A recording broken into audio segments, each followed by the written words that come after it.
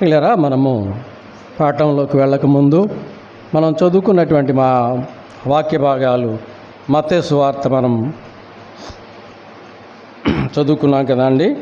39వ వచన భాగం నుంచి 2 మాటలు చెప్పుకుందాం. 37 నుంచి చదువుకుందామండి. అందరూ తీసుకున్నారా? 37 ఆ మాటలు కొంచెం తెలియపరిచి నేను పాఠంలోకి వెళ్తాను. అందుకాయన ఇట్లనెను, మంచి విత్తనము విత్తినవాడు మనుష్య కుమారుడు, పొలము లోకం. మంచి విత్తనములు రాజ్య సంబంధులు, గురుగులు దుష్టిని సంబంధులు. వాటిని విత్తిన శత్రువు అపవాది. కోత యుగ సమాప్తి. కోత కోయివారు దేవదూత. సరే, ఇవన్నీ కూడా దేవుడు మన కోసం అన్ని ముందుగానే వ్రాయించి పెట్టాడు. మనము నీతిమంతులుగా ఎందుకు జీవించాలి అన్న విషయాలు కూడా మనకి ఇక్కడ తెలియపరుస్తూ ఉన్నా. 40వ వచన భాగం చూడండి. గురుగులు ఎలాగూ కూర్చబడి అగ్నిలో కాల్చివేయబడునో అలాగే యుగ సమాప్తి యందు జరుగుతుంది. యుగ సమాప్తి యందు జరుగుతుందని ముందుగానే తెలియపరిచారు. ఈ లోపల ఎంతమంది లోకం విడిచి వెళ్ళిపోతారు, వారందరికీ కూడా ముందుగానే దేవుడు 2025వ సంవత్సరం జరుగుతూ ఉంది ఆయన వచ్చి. మరి అప్పటి నుంచి తెలియపరుస్తూ ఉన్నాడు. ఎంతమంది తెలుసుకుని నీతిమంతులుగా ఉన్నారో ఆ నీతిమంతులైన వారు ఎలా ఉంటారు ఇక్కడ చూస్తున్నా. చూడండి 39వ వచన భాగం. వాటిని విత్తిన శత్రువు అపవాది. కోత యుగ సమాప్తి. కోత కోయివారు. గురుగులు ఎలాగూ కూర్చబడి అగ్నిలో కాల్చివేయబడునో అలాగే యుగ సమాప్తి అందుకు కూడా. మనుష్య కుమారుడు తన దూతలను పంపును, వారాయన రాజ్యములో నుండి ఆటంకములకు సకలమైన వాటిని దుర్నీతి పరులను సమకూర్చి అగ్నిగుండములో పడవేయుదురు. ఏ పరులో ఎటువంటి వారు? ఆటంకాలు, దుర్నీతి పరులు అందరినీ ఎవరు సమకూరుస్తారు? దూతలు సమకూరుస్తారు. ఇక్కడుండి ఆడు మంచి చూడండి, ఇటు చెడ్డూడండి, అని తీసుకెళ్ళండి, ఈయన ఉంచండి అంటారా? ఈ లోకంలో సిఫార్సులు చేసినట్టు కాదు. కాబట్టి ఇక్కడ చూసినట్లయితే మనము ఆ మాటలు ఎలా ఉన్నాయో ఒకసారి మనం చూద్దాం. చూడండి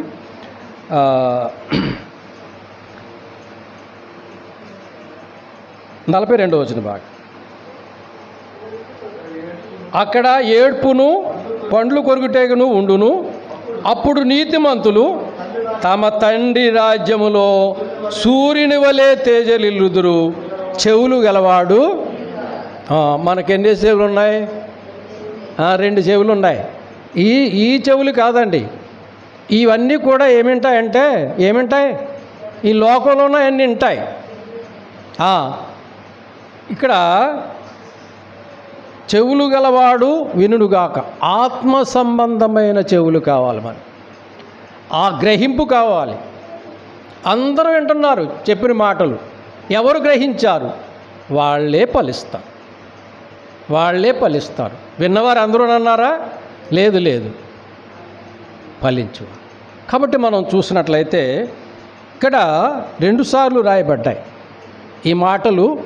ఆ వివరం కూడా అన్నీ కూడా దీంట్లోనే వ్రాసి ఉంచాడు దేవుడు. మనము చదువుకొని జాగ్రత్తగా వాటిని కలిగి ఉండాలి. ఈ మాట కూడా చదువుకొని మనం ముగిద్దాం. 47వ వచనం. 49ని చదువు సరిపోతుందని. అలాగే యుగ సమాప్తి అందు జరుగును. దేవదూతలు వచ్చి నీతిమంతులలో నుండి దుష్టులను వేరుపరిచి వీరిని అగ్నిగుండములో పడవేయుదురు. అక్కడ ఏడుపును పండ్లు కొరుకుటేను ఉండును. ఇప్పుడు 51వ వచన భాగంలో వీటన్నిటినీ మీరు గ్రహించితిరా అని వారిని అడుగగా వారు గ్రహించితిమనిరి. శిష్యులు తెలుసుకొని మేము గ్రహించామన్నారు. అందుకే తేజరిల్లారు. మనకి అన్నీ కూడా వారి ద్వారా వ్రాయించి పెట్టారు. ఈనాడు ఈ యొక్క కృపకాలంలో మనందరము కూడా నీతిమంతులుగా ఆయన ఎదుట తేజరిల్లాలనే ఈయన సువార్త వ్యాపకము జరుగుతూ ఉంది. హింసింపబడ్డ, కొట్టిన, చంపిన, ఏమి చేసినా సువార్త వినబడుతూనే ఉన్నది. ఆయన చేయమన్న పని, చెప్పమన్న మాట చెప్పి మనము తీరాలి. ఆ వాక్య భాగాలు తెలియజేస్తూ ఉన్నారు.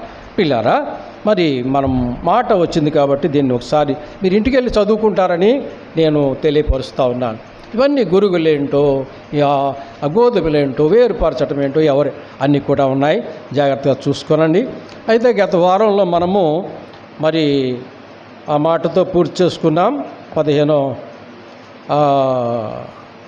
స్తుతి యాగము అర్పించువాడు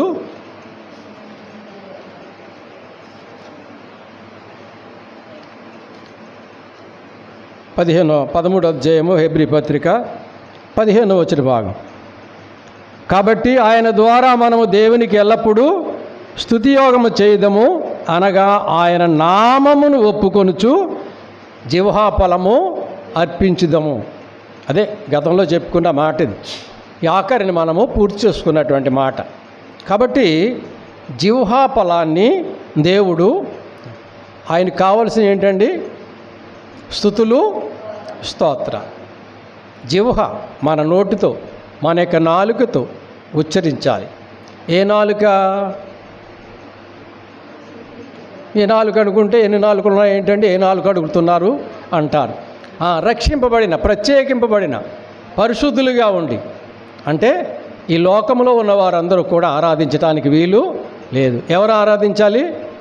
ప్రత్యేకింపబడిన వారు, పరిశుద్ధులుగా ఉన్నవారు. పరిశుద్ధులుగా ఉన్నవారు ఎందుకు ఆరాధించాలి? మిగతా వాళ్ళు ఎందుకు ఆరాధించకూడదు?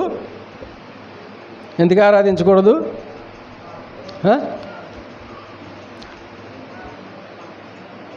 దానికి సమాధానం ఉండదు, దీనికి సమాధానం ఉండదు. వారిలో పరిశుద్ధత లేదు. ఆరాధించబడేవారు ఎవరు? దేవుడు. దేవుడెవరు? పరిశుద్ధుడు. ఆ పరిశుద్ధుడైనటువంటి దేవుణ్ణి ఆత్మతో, సత్యముతో, పరిశుద్ధత కలిగిన వారు ఆరాధన అది.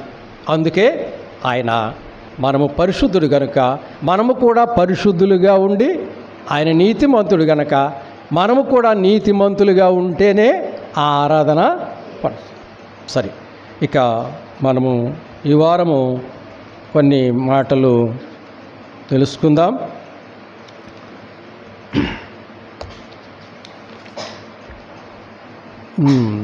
దావీదు చేసినటువంటి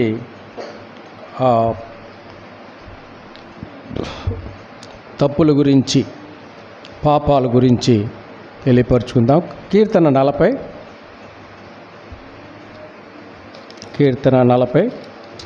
40 అధ్యాయము 1-2 వచనాలు చదవండి. యెహోవా కొరకు నేను సహనముతో కనిపెట్టుకొంటిని, ఆయన నాకు చెవియొగ్గి నా మొర ఆలకించెను. నాశనకరమైన గుంటలో నుండి, జిగటగల దొంగ ఊబులో నుండి ఆయన నన్ను పైకెత్తెను. నా పాదములు బండ మీద నిలిపి నా అడుగులు స్థిరపరచెను. ఆయన తనకు సరిపోతుందండి, స్థిరపరిచెను. చిన్న ప్రార్థన చేసుకుందాం. కృపగల తండ్రి, ప్రేమ కలిగిన దేవా, నీకు స్తుతులు చెల్లిస్తూ ఉన్నామా నాయన. ఇంతవరకు నాయన ఉదయకాలం నుండి కాపాడి మా ప్రభు దినం మందిలోనికి చేర్చారు. ఆరాధన క్రమంలో మీరు చేసిన సహాయము గొప్పది. మరలా వాక్య కొడుకులను తోడుకొని వచ్చారు నాయన. ఎవరికే అవసరత ఉన్నదో, ఎవరికే కొరత ఉన్నదో, ఎవరికే లోటు ఉన్నదో ఎరిగినటువంటి దేవుడు నాయన. చేరు వచ్చిన ప్రతి ఒక్కరూ స్వరం వినబడుతూ ఉంటుండగా అందరూ కూడా నాయన నీ మాట యందు లక్ష్యం ఉంచటానికి సహాయం దయచేయండి. ఈ మాటలు కలిగి నీ అందైన భయభక్తులు కలిగి నీ రక్షణ భాగ్యం పొందుకోవటానికి రక్షింపబడిన వారు మరింత బలపరచబడటానికి సహాయం దయచేయండి నాయన. మీ దాసుడు బలహీనుడు, బలపరచండి. ఆయన ద్వారా మాకు అవసరమైన మాటలు మీరే దయచేయమని యేసుక్రీస్తు వారి దివ్యమైన నామమున ప్రార్థన చేయుచున్నాను మా పరమ తండ్రి. ఆమేన్. ప్రియులారా, ఇక్కడ దావీదు అనుభవాన్ని మనకు ఈ 40వ కీర్తనలో ఆయన వ్రాసాడు. మనం చూసినట్లయితే, యెహోవా కొరకు నేను సహనముతో, ఆయన దేవుని కొరకు సహనము కలిగి కనిపెట్టుకుని ఉన్నాడు. గుర్తుపెట్టుకోనండి. తరువాత ఆయన నాకు చెవియొగ్గి నా మొర, ఈయన సహనము కలిగి ఉన్నాడు. తరువాత దేవునికి ప్రార్థన చేశాడు. దేవునికి ప్రార్థన చేసినప్పుడు ఆయన ఏం చేశాడు? చెవియొగ్గాడు. దేవుడు చెవియొగ్గాడు. చెవియొగ్గి ఏం చేశాడు? ఆలకించాడు. ఆలకించి ఏం చేశాడు? 2వ వచన భాగం, నాశనకరమైన గుంటలో నుండి, జిగటగల దొంగ ఊబిలో నుండి ఆయన నన్ను పైకెత్తా. బండ మీద. ప్రియులారా, మనం చూసినట్లయితే ఈ కీర్తనలో దావీదు చేసినటువంటి పాపము నుండి బయటపడి బండ మీద నిలిచాడు. ఆ పాపాల నుండి విడిపడి ఆయన బండ మీద నిలిచాడు. బండ అంటే క్రీస్తే. ప్రభువు మీద నిలిచి ఆయన అడుగులు స్థిరపరుచుకున్నాడు. ఇంకా ఈ మన జీవితాల్లో ఎంతకాలం బట్టి మాటలు వింటున్నాం, దేవునికి ప్రార్థన చేస్తున్నాం. ఆయన మనం ప్రార్థన ఎందుకు ఆలకించట్లేదు? ఆయన మనకు జవాబు ఎందుకు ఇవ్వట్లేదు? మనకేదో లోటు ఉంది. సహనము కోల్పోయామేమో, ఓర్పు కోల్పోయామేమో. మనం ఆలోచన చేసుకోవాలి. ఆయన పాదాల దగ్గర మనము సహనముతో కనిపెట్టాలి. దావీదు అనుభవం మనకు చూపిస్తున్నాడు. నేను సహనముతో కనిపెట్టాను, ఓపికతో కనిపెట్టాను. చూసారా, ఆయన అప్పుడు ఏం చేశాడు? నాశనకరమైన గుంట, జిగటగల దొంగ ఊబి.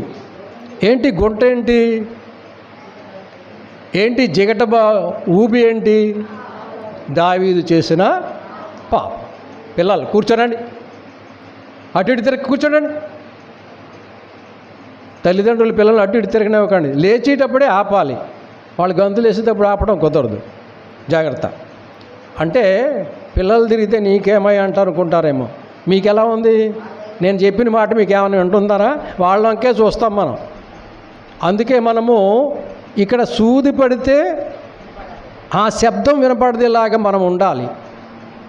అప్పుడే మన మాటలు సహనము కలిగి, ఆ మాటలు మనము దేవుని మాటలు మన హృదయంలోకి వస్తాయి. చెవులు గలవాడు వినుగాక. 2 చెవులు ఉన్నాయి. ఈ 2 చెవులతో ఎన్ని వింటున్నామా? ఇప్పుడు దేవుని మాటలు వింటున్నామా? అది ఆలోచన చేసుకోవాలి. దేవుని మాట వినాలంటే మనము, అందుకే దేవుడు రాసి పెట్టాడు ప్రకటన గ్రంథంలో, చెవి గలవాడు వినుగాక, చెవి గలవాడు వినుగాక. మనకి చెవుల్లావే ఏంటి? జాగ్రత్త. మనము జాగ్రత్త పడదాం. సరే, ఇక్కడ చూసుకున్నట్లయితే ఆ ఊబి, ఆ యొక్క గుంట దావీదు చేసిన పాపం. ఏం చేశాడు దావీదు పాపం? 4 పాపాలు ఆయన చేశాడు. అవి 4 మనము తెలుసుకుందాం. ఇప్పుడు అన్నీ కూడా రావు కాబట్టి మొట్టమొదట మనము చూసినట్లయితే 1వది రాసుకోనండి. సమూయేలు 2వ గ్రంథం 11వ అధ్యాయము 1 నుంచి 5 వచన భాగాలు. సమూయేలు 2వ గ్రంథము 11వ అధ్యాయము 1 నుంచి 5 వచనాలు తీయండి. అది మనం చూద్దాం.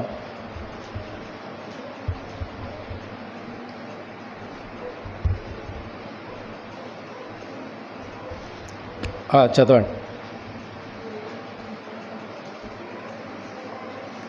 1 నుంచి 5 వచనాలు చదవండి బాబు. వసంతకాలమున రాజులు యుద్ధమునకు బయలుదేరు సమయమున దావీదు యోవాబును అతని వారిని ఇశ్రాయేలులందరినీ పంపగా వారు అమ్మోనీలను సంహరించి రబ్బా పట్టణమును ముట్టడి వేసిరి. అయితే దావీదు యెరూషలేమునందు నిలిచెను. ఒకానొక దినము ప్రొద్దుగుంకు వేళ దావీదు పడక మీద నుండి లేచి రాజనగరి మిద్దె మీద నడుచుచు పైనుండి చూచుచు స్నానము చేయుచు ఒక స్త్రీ కనబడి ఆమె బహు సౌందర్యవతి ఉండుట చూచి దావీదు దాని సమాచారము తెలుసుకొనుటకై ఒక దూతను పంపాను. అతడు వచ్చి ఆమె ఏలియాము కుమార్తెయు హిత్తీయుడగు ఉరియాకు భార్యనై ఉన్న బెత్షెబాని తెలియజేయగా దావీదు దూతల చేత ఆమెను పిలువనంపెను. ఆమె అతని యొద్దకు రాగా అతడు ఆమెతో శయనించెను. కలిగిన అపవిత్రత పోగొట్టుకొని ఆమె తన ఇంటికి మరలా వెళ్ళెను. ఆ స్త్రీ గర్భవతి అయి నేను గర్భవతి రైతునని దావీదు నాకు వర్తమానము పంపగా. ప్రియులారా, ఇవన్నీ కూడా మనము తర్వాత చదువుకున్నాను మీరు మాటలు. మనం చూసినట్లయితే వర్తమానము పంపించాడు, అక్కడ మనం చూస్తూ ఉన్నాం. ఇక మనం ఈ మాటల్లో చూసినట్లయితే దావీదు ఎవరు? మహారాజు. ఆయన ఎక్కడికి వెళ్ళాలి? యుద్ధానికి వెళ్ళాలి. ఎవరిని పంపించాడు? సైన్యాధిని పంపించాడు, సైన్యాన్ని పంపించాడు. ఆయన మాత్రము నిలిచిపోయాడు ఇంటి దగ్గర. సరే, ఆయన మహారాజు. ఏం చేయాలి? ఆయన సైన్యానికి ముందుండి నడపాలి, సైన్యాన్ని ధైర్యపరచాలి, ప్రోత్సహించాలి. నాయకుడు అనేవారు ఎక్కడుంటారు?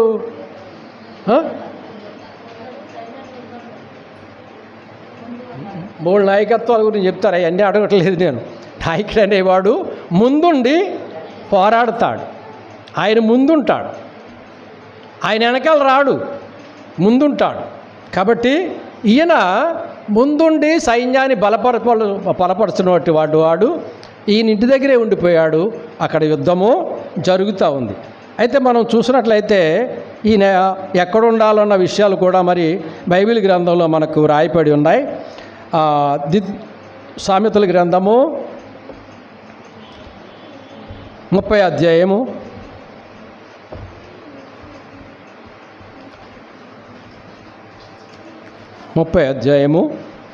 31వ వచనం చూడండి. సోనంగి కుక్క మేకపోతు తన సైన్యమునకు ముందు నడుచుచున్న, సైన్యానికి ముందు నడాలా రాజుగారు? ఎలా నడవాలి? సైన్యానికి ముందుండాలి. తన సైన్యమునకు ముందు నడుచుచున్న రాజుగారు సైన్యానికి ముందుండాలి. కానీ దావీదు ఎక్కడున్నాడు? ఇంటి దగ్గరే ఉండిపోయాడు. సరే, ఇంకొక మాట చూద్దాం. మీకా గ్రంథం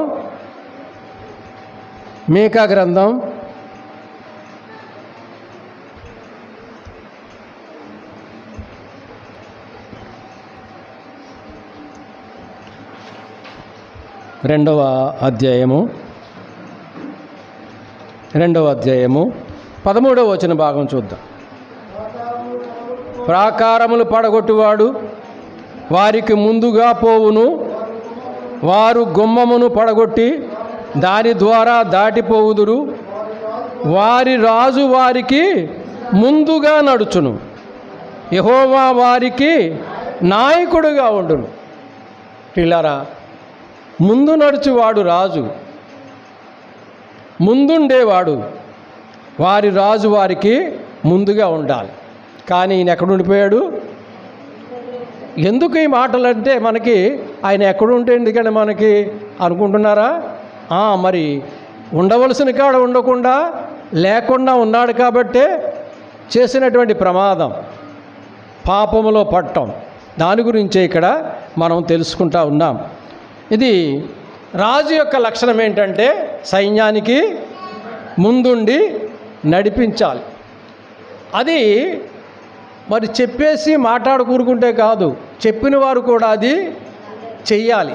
అది మనము చూసినట్లయితే ఇప్పుడు దేవుడు వ్రాయించాడు, మరి దేవుడు చేశాడు అలాగా. మనం అడుగుతాం, ఆయన చేస్తున్నాడు ఏంటండి, మనల్ని చేయమంటున్నాడండి అనుకుంటున్నాం మనం. దేవుడు చేయలేదా? చూడండి మరి. ద్వితీయోపదేశకాండము 31వ అధ్యాయము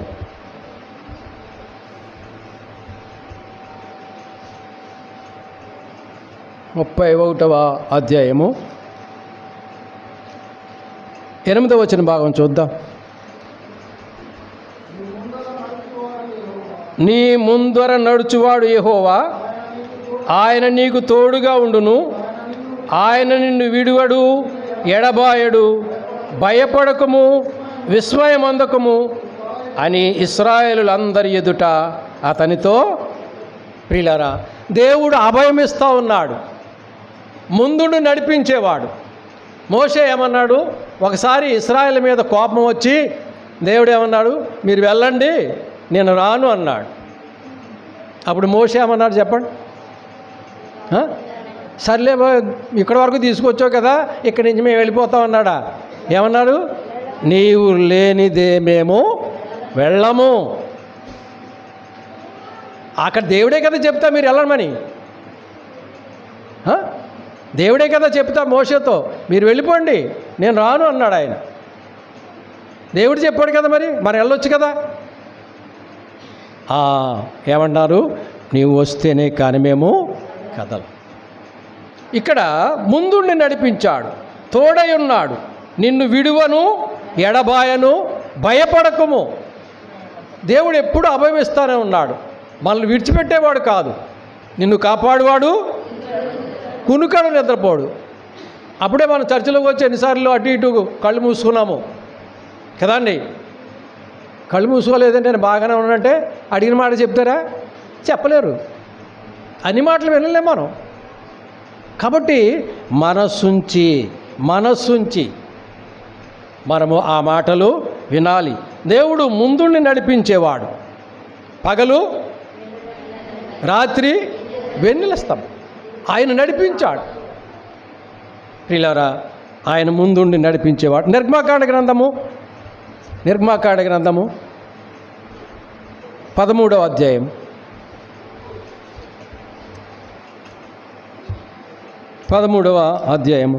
21వ వచనం. వారు పగలు రాత్రియు ప్రయాణము చేయునట్లుగా యెహోవా త్రోవలో వారిని నడిపించుటకై పగటి వేళ మేఘస్తంభములోను, వారికి వెలిగించుటకు రాత్రివేళ అగ్నిస్తంభములోను ఉండి వారికి ముందుగా నడుచుచు వచ్చారు. ఇప్పుడు నాయకులు ఏమంటారు? ముందెళ్ళి అన్నీ సరిచేసేయండి, నేను వెనకాల వస్తాను, ముందెళ్ళి మీరు అన్నీ సరిచేసేసుకోండి, అప్పుడు నేను వస్తాను. దేవుడు అలా చెప్పలేదు. నాయకుడు అనేవాడు ముందుండాలి, రాజు ముందుండాలి. దేవుడు అలా చేశాడు, అలా చేయమని చెప్పాడు. ఈ లోకంలో ఆనాడు అలా తెలియపరిచాడు. అక్కడ క్రీస్తు ప్రభువే అక్కడ వారి మధ్య ఉన్నవాడు. కాబట్టి మనం చూసినట్లయితే ఇక మరి దేవుడు అక్కడ మహిమలో ఉండి వారిని నడిపించాడు. ఈనాడు మనల్ని ఎలా నడిపిస్తున్నాడు ఆయన? ఎలాగండి? పరిశుద్ధాత్మత. ఈనాడు మనల్ని ఎలా నడిపిస్తూ ఉన్నాడు? మనం ఆలోచన చేసినట్లయితే నేను చెప్పిన మాట అర్థమైందా మీకు? ఆయన ఆనాడు మహిమా స్వరూపిగా ఉండి ఆ మోషేతో మాట్లాడుతూ, ప్రవక్తతో మాట్లాడుతూ వారిని నడిపించాడు, ముందుండి నడిపించాడు. ఈనాడు యేసుక్రీస్తు ప్రభు కన్యమరియ గర్భము ఉద్భవించి ఈ లోకంలోనికి వచ్చి మన మధ్యుండి నడిపిస్తూ ఉన్నాడు. ఆయన లోకంలో సంచారం చేశాడు. ఆ వాక్యము శరీరాన్ని కృపాసత్య సంపూర్ణుడిగా ఈ లోకంలోనికి ఆ శరీరం మన మధ్య నివసించింది. ఆయన మనకు ఈ లోకములో మాదిరిని చూపించాడు. యోహాను సువార్త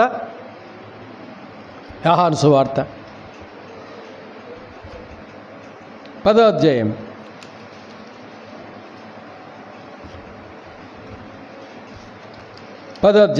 4వ వచనం భాగం చూద్దాం. చూడండి.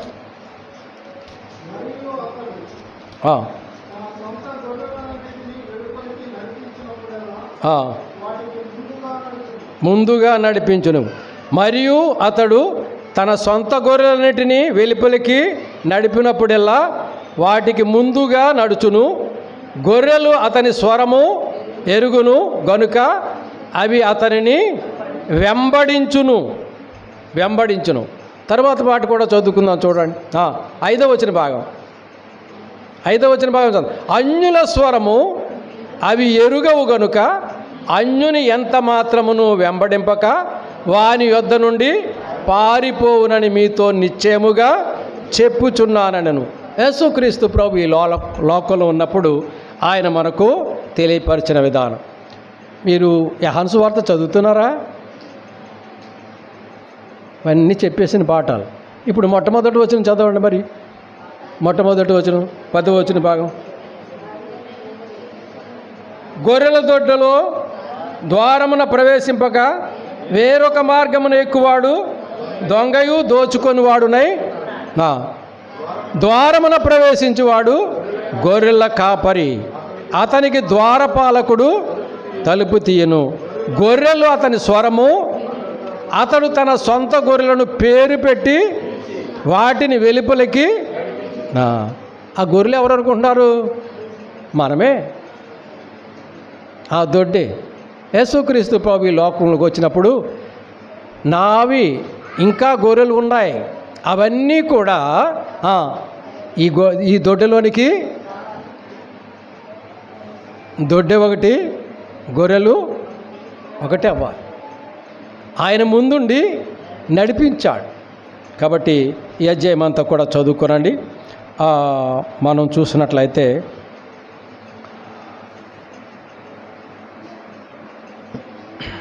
7వ వచనం భాగం నుంచి చదవండి. మరి మీరు చదువుకుంటారో లేదో నాకు అనుమానం వస్తూ ఉంటుంది. చదవండి. కాబట్టి యేసు మరలా వారితో ఇట్లనెను, గొర్రెల పోవు ద్వారము నాకు ముందును వచ్చిన వారందరూ దొంగలను దోచుకొని వారునై ఉన్నారు.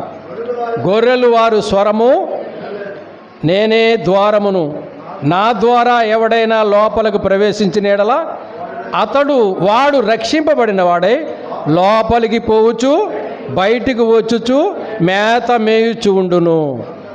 దొంగలు ఎందుకు వస్తారు? దొంగతనమును, హత్యను, నాశనమును చేయుటకు వచ్చును కానీ మరి దేనికిని రాడు. గొర్రెలకు జీవము కలుగుటకును అది సమృద్ధిగా కలుగుటకును నేను వచ్చితినని మీతో నిశ్చయముగా చెప్పుచున్నాను. నేను గొర్రెలకు మంచి కాపరిని. మంచి కాపరి గొర్రెల కొరకు పెట్టాడా లేదా? ఆయన మంచి కాపరి తన గొర్రెల కొరకు ప్రాణం పెట్టాడు. మనందరి కోసం, సర్వలోక మానవాళి కోసం ఆయన ప్రాణం పెట్టాడు కల్వరి శిలువలో. ఏ కాపరి? మంచి కాపరి. మంచి కాపరి గొర్రెలను ముందుండి నడిపించే కాపరి. ఆయన ముందుండి నడిపిస్తాడు. నాయకులనేవారు ముందుండి నడిపించారు. ఇంకా 17, 19 కూడా చూద్దాం. యోహాను సువార్త 17వ అధ్యాయము 19వ వచన భాగం చూద్దాం. చూడండి.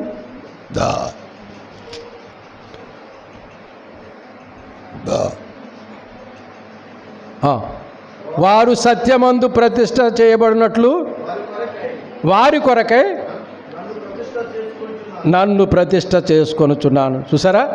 మనము సత్యమందు ప్రతిష్ఠ చేయబడాలని ఆయన ముందుగానే ప్రతిష్ఠ. ఆయన ఎలా వచ్చాడు ఈ లోకంలోనికి? ఎలా వచ్చాడంటే ఎన్ని విధాలని చెప్తాం మనము. యేసు క్రీస్తు అంటే, యేసు అంటే ఎవరు? యేసు అంటే ఎవరండి? అందరూ చెప్పండి. మరి యేసు అంటే అందరూ చెప్పారా? యేసు ఎవరండి? రక్షకుడు. క్రీస్తు అంటే అర్థం ఏంటి? అభిషేక్తుడు. దేవుడు క్రీస్తు ప్రభువుని ఈ లోకములోనికి రక్షకునిగా అభిషేకించి ఈ లోకములోనికి రక్షకునిగా పంపించాడు. అభిషేకము నొందినవాడు, సత్యమందు ప్రతిష్ఠించడానికి అర్హత కలిగి వచ్చినవాడు. మనము సత్యమందు ప్రతిష్ఠింపబడాలి. ఎవరా సత్యం? నేనే మార్గమును సత్యమును జీవమునై ఉన్నాను. తీతుపత్రిక త్వరగా మనం తీతుపత్రిక 2వ అధ్యాయము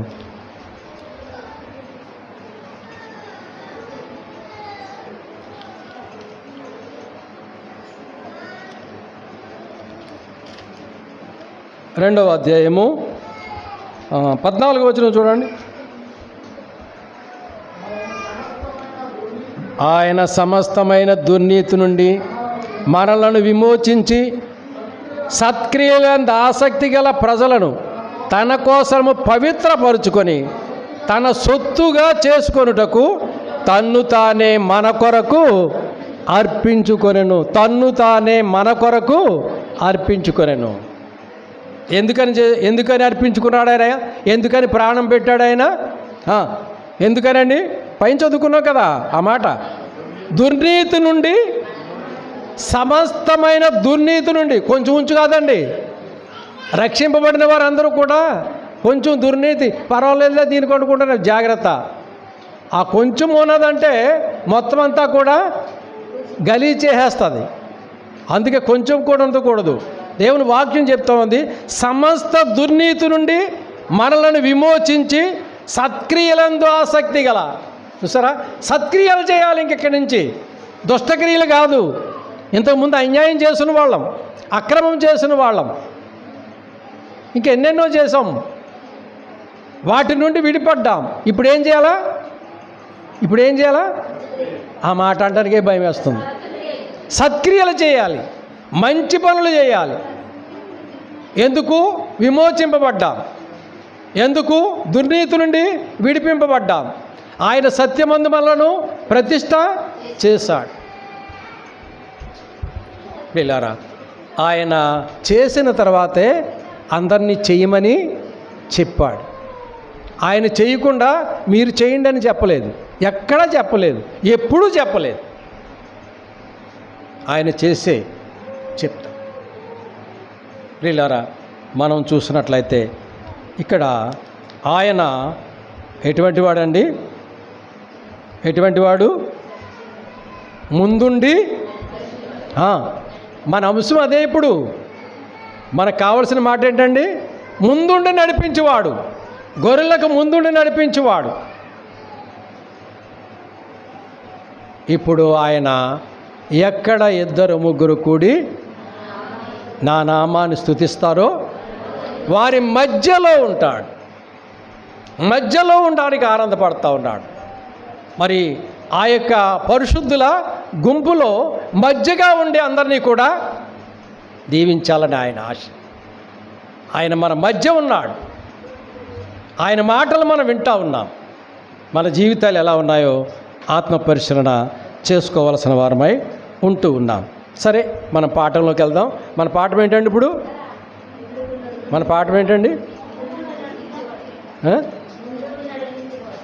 ముందు నడిపించేవాడా?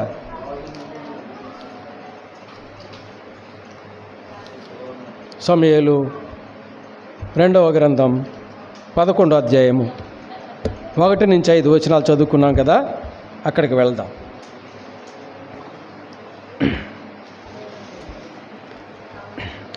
ముందుండు నడిపించువాడని మనము ఈ మాటలు మరలా మీకు తెలియజేయాలి. మళ్ళీ ఇంచేతంటే ఆ ముందుండు నడిపించువాడు అన్న మాట ఎందుకు చెప్పాను?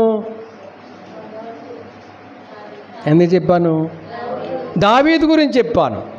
దావీదు రాజుగారు, దావీదైనా ఎవరైనా రాజులు ఎక్కడుండాలి? సైన్యానికి ముందుండి నడిపించాలి.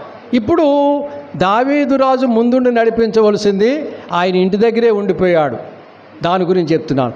రాజులు ముందుండి నడిపించాలి, నాయకులు ముందుండి నడిపించాలంటే యేసుక్రీస్తు ప్రభు అలా ముందుండి నడిపించి ఆ మాదిరే దేవుడు మనకి చూపించాడని యేసుక్రీస్తు ప్రభు గురించి ఆనాడు మోషే కాలంలో, ఆ యొక్క పాత నిబంధన కాలంలో, ధర్మశాస్త్ర కాలంలో గుప్తమైనటువంటి క్రీస్తు ప్రభు ఈనాడు మన మధ్యకు వచ్చి ఆయన చేసినటువంటి మాటలు మనము చూస్తాం.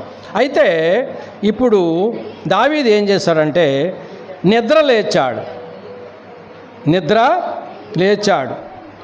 నిద్ర లేచిన తర్వాత ఇవన్నీ లోపల ఉన్నాయన్నీ మనం చదువుకున్నాం కదా. ఇక ఆయన మిద్ది మీదకి వెళ్ళిపోయాడు. మేడ మీదకి వెళ్ళి ఆ పైనుండి చూస్తూ ఎక్కడ చూశాడు? కిందకు చూశాడు. ఆ నిద్రమత్తులో పైకి వెళ్ళాడు. ఆడు తిరుగుతూ ఉన్నాడు. అప్పుడు కిందకు చూసేటప్పటికి ఏ కార్యము ఏ దృశ్యం కనపడ్డది? చూడరాని దృశ్యము కనపడ్డది. చూడరాని దృశ్యాన్ని ఆయన చూచాడు. చూడరాని దృశ్యాన్ని చూసి ఏమయ్యాడు? పాపంలో పడ్డాడు. మరి మనం చూసినట్లయితే నాతాను ప్రవక్త ద్వారా దేవుడు దావీదుని ఏం చేశాడండి? చాలాసార్లు చెప్పాం కాబట్టి నేను చెప్తున్నాను. ఎన్నోసార్లు చెప్పుకున్నాం దావీదు గురించి, చెప్పలేదా? పాపం చేస్తున్నారు గురించి ఈ ఒకటే చెప్పుకున్నాం, మిగతా ఎప్పుడప్పుడు చెప్పుకున్నాం. కాబట్టి మనం చూసినట్లయితే దేవుడు తన బిడ్డల్ని విడిచిపెట్టేవాడు కాదు. ఇక్కడ అర్థం చేసుకోవాలి మనం. దావీదు దేవుని భయభక్తులు కలిగి ఉన్నాడు. దేవునితో ప్రార్థన చేస్తూ ఆయన ఎలా ఉన్నాడు? సహనం కలిగి ఉన్నాడు. ఆయన ప్రార్థన చేసి, ప్రభువా నన్ను యుద్ధానికి వెళ్ళమంటున్నావు, నేను ఎలా వెళ్ళాలి? చూసారా, మనిషి ఎదురుగుండా మాట్లాడినట్లుగా ఆయన ప్రార్థన, నేను ఎలా వెళ్ళాలి? ఫలానా దిక్కు నుంచి వెళ్ళు, ఏ టైంలో వెళ్ళాలి? చూసారా, అక్కడికి వెళ్ళి ఏం చేయాలి? అక్కడికి వెళ్ళి ఆ యొక్క చెట్లు, చప్పుడు, ఆకులు ఇవన్నీ ఉన్నాయి కదా, అక్కడ చదువుకుంటే మనకు తెలుస్తుంది ఇవన్నీ కూడా. అటువంటి ప్రార్థన చేసే దావీదు యుద్ధము చేయవలసిన వాడు ఇంటి దగ్గర ఉండిపోయి నిద్రపోయి పైకి లేచి చూడరాని కార్యము చూసి పాపంలో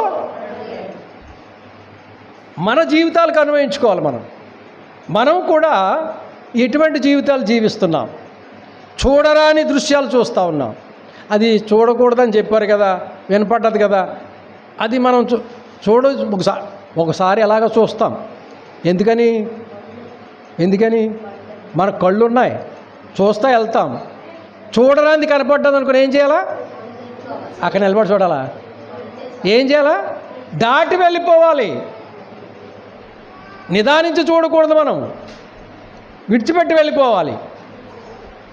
విడిచిపెట్టి వెళ్ళిపోతే మనకేముంటుంది? ఇంకా మనం చూడరాని కార్యం మనం చూసాం, కనబడుతుంది, అయ్యో చూడకూడదు, వెళ్ళిపోతాం. ఇప్పుడు ఏమక్కర్లేదండి, మనం దారిటి వెళ్తూ ఉంటాం, ఆ డబ్బులు ఎవరో పడిపోయి ఉంటాయి, మనం ఏం చేస్తాము?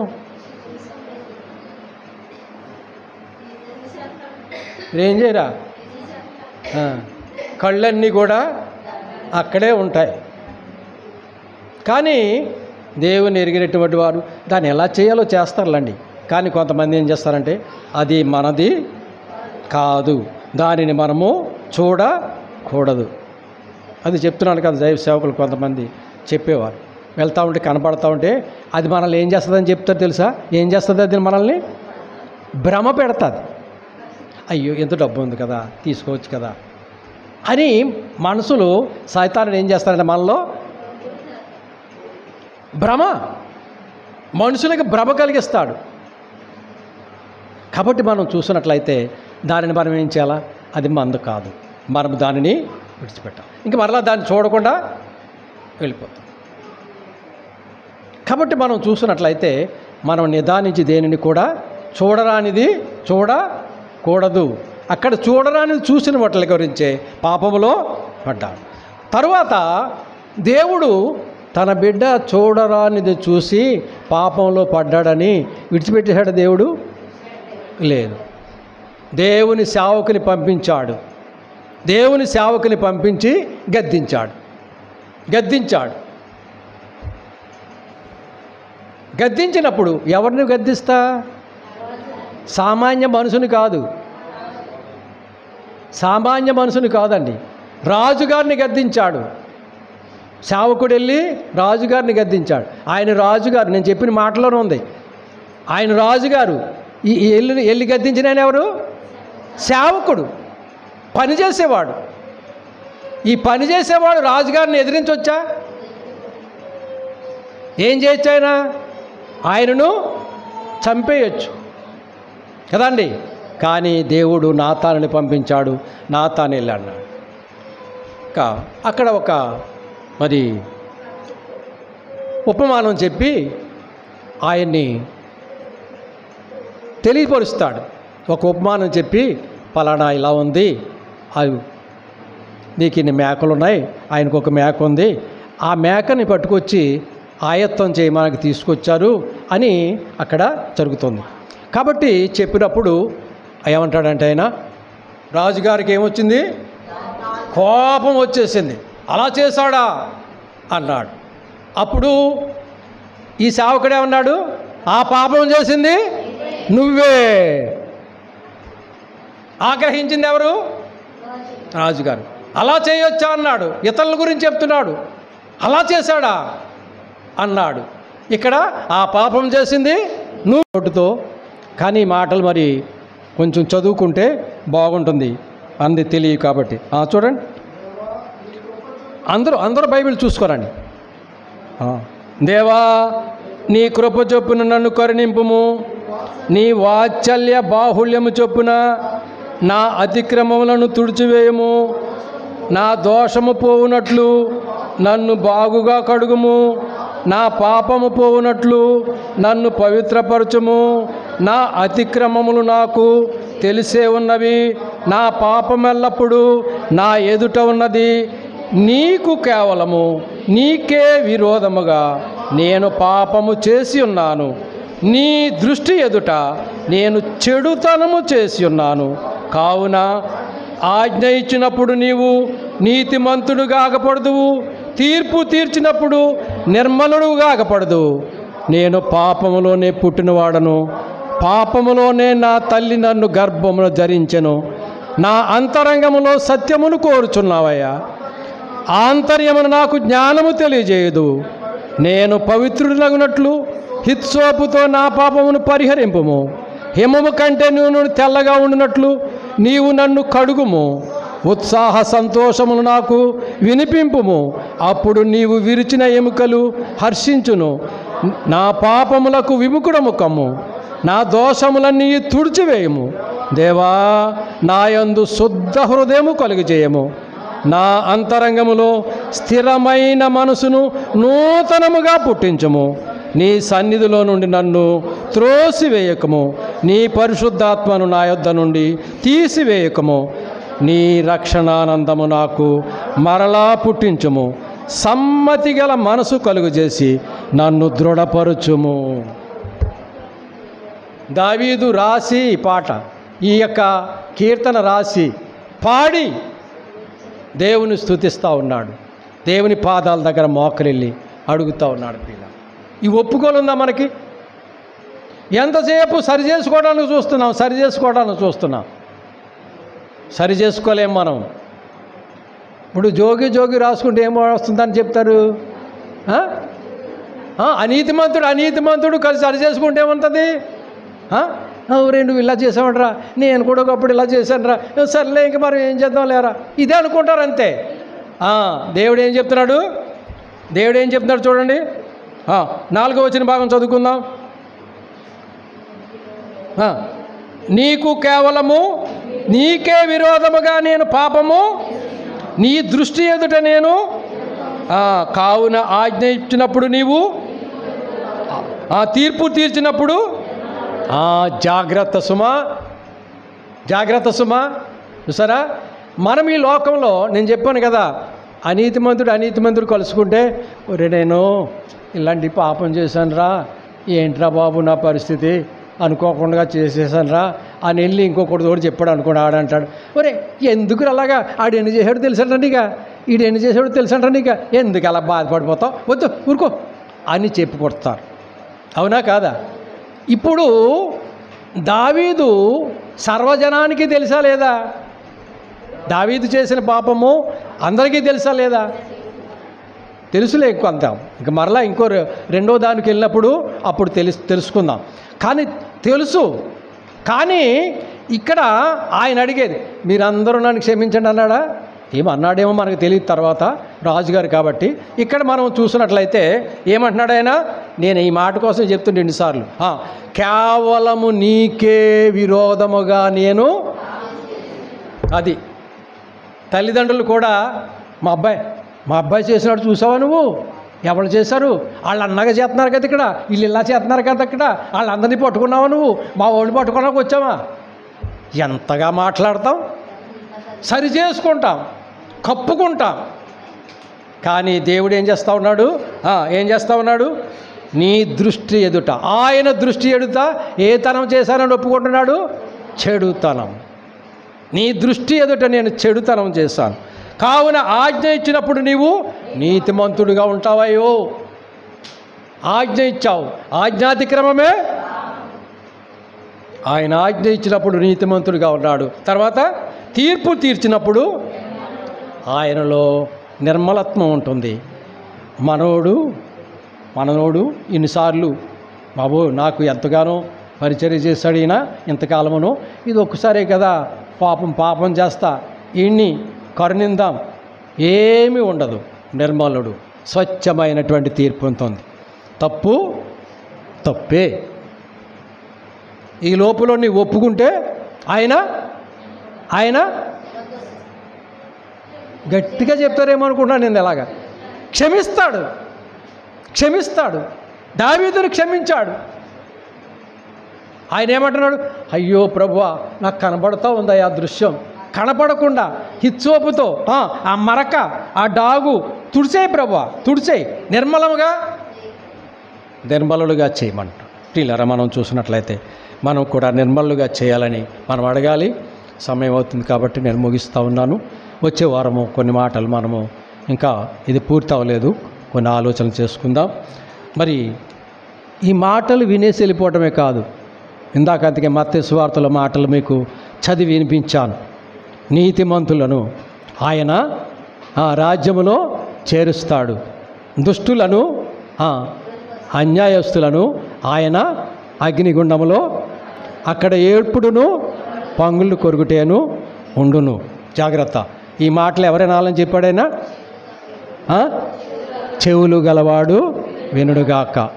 మనము ఆత్మ చెవిని బట్టి ఆ మాటలు విని పాపము నుండి విడిపడి పశ్చాత్తాపడి మారు మనసు పాప క్షమాపణ పొంది దేవుని రాజ్య నిత్య వారసులుగా అవ్వాలని కోరుతూ మాటలు ఎంతో ముగిస్తూ ఉన్నాను. దేవుడు అటు కృప మీ అందరికి అనుగ్రహించి కాపాడను.